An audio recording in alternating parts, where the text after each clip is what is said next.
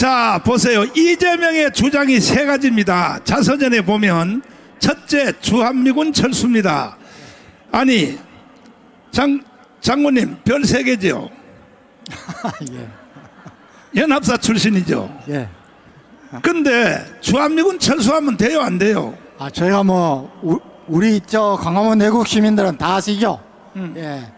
미군이 오랫동안 큰 규모로 주둔한 나라는 지금 전부 세계 탑10 안에 다 있습니다. 심지어 2차 세계대전 때 패망한 독일과 일본도 거기에 해당되어 있습니다. 우리도 6.25 때 엄청난 피해를 겪고도 지금 세계 5, 6위권의 선진국이 되어 있습니다. 왜 그렇습니까? 예. 미군이 주둔한다는 것은 군사 안보에 투자할 그런 국가 재정을 우리가 세이빙해서 경제 성장에 투자할 수 있다는 겁니다. 그리고 미군이 있는 한 각 국제사회로부터 계속적인 기업 투자가, 금융 투자가 있다는 겁니다. 여러분, 최근에 멀리 갈 것도 없습니다. 필리핀, 또 아프가니스탄, 미군이 있다가 철수하면은 다 망합니다. 아니, 그런데 왜 이재명이가 미군 철수를 제1번으로 자서전에다 왜 그렇게 써놓은 거예요? 도대체가 이유가 뭐예요? 그거는 제가 보기에는 네. 공부도 안 했겠지만은 멍청한 것보다는 북한의 주장을 그대로 옮겨놓고 있는 겁니다. 그 다음에 연방제 통일, 요게 이재명의 자서전 여기 떠 있잖아요. 이재명의 자서전 보세요. 그렇습니다. 이 자서전 읽어보세요. 연방제 통일, 결국 이거는 나라를 북한에 갖다 바치려고 하는 거 아닙니까? 맞습니다. 근데 이재명이가 정신병자가 아니라면 왜 이런 주장을 계속할까요? 저는 문재인과 이재명은 또 결이 다르다고 봅니다. 이건 제 말이 아니고 이재명이 시장 되고 지사가 되고 또 대통령 후보가 되고 당 대표가 되기까지는 여러분, 경기 동부연합의 적극적인 지원이 있었다는 게 지금 많은 사람들이 이미 여러분들한테 다 공개했지 않습니까? 결이 다릅니다. 정말 우리가 정신 바짝 차려야 됩니다.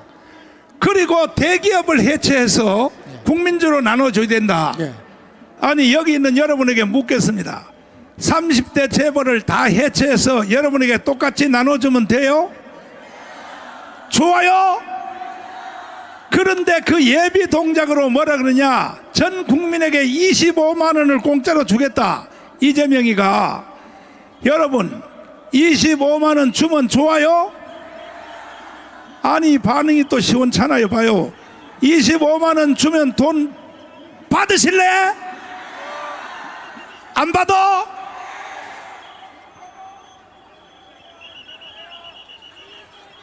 그러니까 이재명 이놈은 북한이 시킨 대로 하는 수밖에 없다고 난 이렇게 판단하는 거야. 그런데 이놈이 이제 드디어 사형 선고를 받았어요. 그러니까 이제 일으킬 것은 뭐냐? 내전밖에 없는 거야. 내전밖에. 와인버거 국방부 장관이 뭐라고 예언했어요? 대한민국은 북한의 남침으로 망하는 게 아니라 대한민국 안에서 내전으로 망한다고 국방부 장관 와인버거 장관이 미리 예언을 했단 말이에요. 짧게 설명 한번 했어요. 여러분, 레이건 대통령이 40대인데 연임을 했습니다.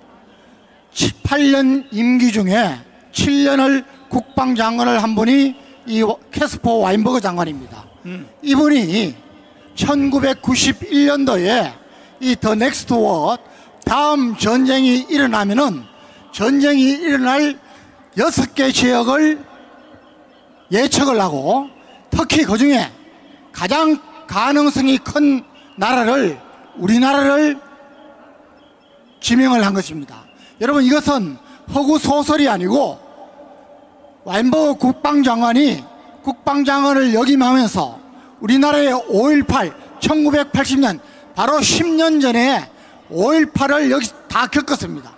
그리고 국방장관을 하면서 얻은 자신의 경험과 미국 국방부에 있는 여러 가지 자료를 예측해서 앞으로 일어날 일에 대한 경고 차원의 예측서인 것입니다.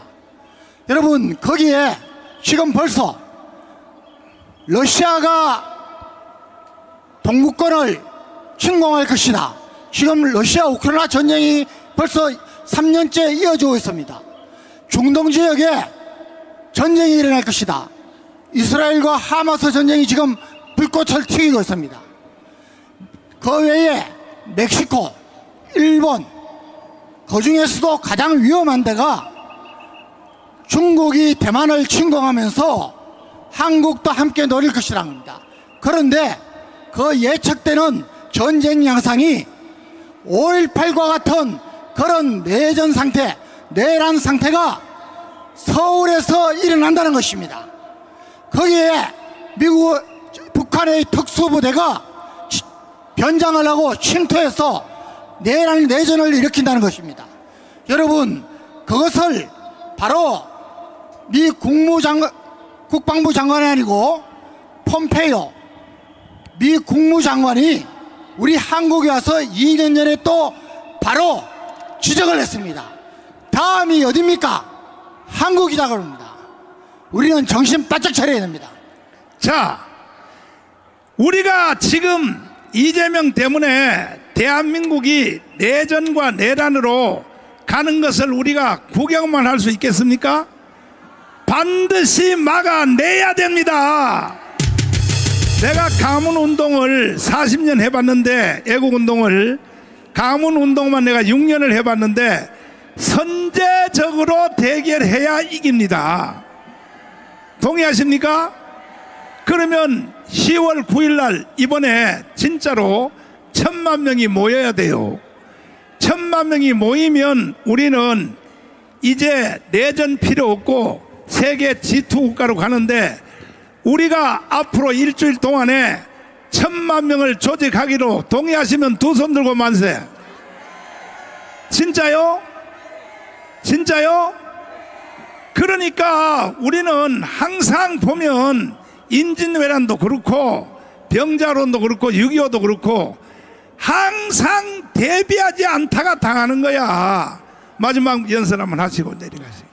여러분, 목사님께서 10월 9일 또 집회를 말씀하시는 것은 저는 윤석열 대통령께 대한 강력한 경고이자 저 주사파, 좌파, 민노총, 정교조 이 나라를 위협하는 세력에 대한 강력한 경고라고 봅니다.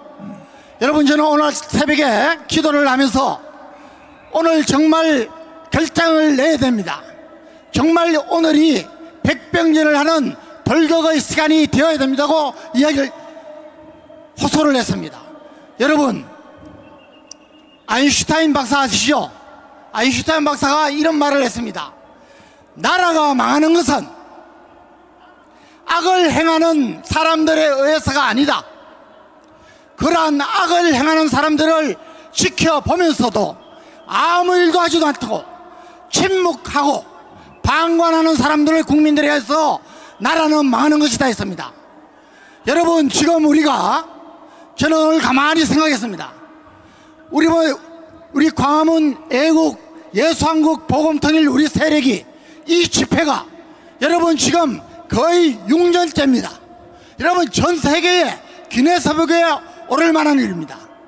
그런데 왜 우리나라가 아직까지 이렇게 반듯하게 가지 못하고 우리 국민이 정치를 걱정해야 됩니까? 왜 쓰레기 같은 놈들이 국회에 들어가서 나라 걱정은 안 하고 어떻게 하면은 나라를 북한에 바칠까? 어떻게 하면 경제를 말아먹을까? 이 생각만 합니까? 이제는 반듯하게 해야 됩니다. 다시는 쓰레기 같은 놈들이 여든 야든 국회에 들어가서는 안 됩니다. 각 분야에서 일가를 이루고 정말 검증을 받은 사람들이 국회에 들어가서 30년 40년 납을 보면서 우리나라를 세계 G2 국가로 이끌 수 있는 이런 사람들이 가야 됩니다. 여기에는 절대 조건이 있습니다. 앞으로 다시는 불법 선거, 부정 선거가 없어야 됩니다. 이걸 해달라는 겁니다. 여러분, 작은 몇십 명의 사고가 나도 대통령은 쫓아가야 됩니다. 지금 몇 년째입니까? 22대 총선이 끝나고 지금 몇 개월째입니까? 이 많은 인원이, 이 500만 인원이 대통령께 호소하고 있는데 왜 조사하지 않습니까?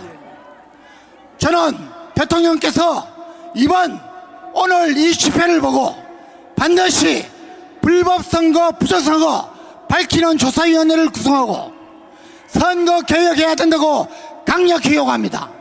여러분, 대통령은요 뭐 잡다한 거 해서는 안 됩니다. 한 가지로 국민에게 평가를 받아야 됩니다. 대치처럼, 레이건처럼, 링컨처럼, 우리 이승만 대통령처럼, 박정희 대통령처럼, 우리 윤석열 대통령님 정말 자유통일 대통령이 되시는 그러한 위대한 대통령이 되려면 이 불법선거, 부정선거 밝혀주십시오. 선거개혁 해주십시오. 나라를 반듯하게 해주십시오. 윤석열 대통령님 꼭 들어주시기를 바랍니다.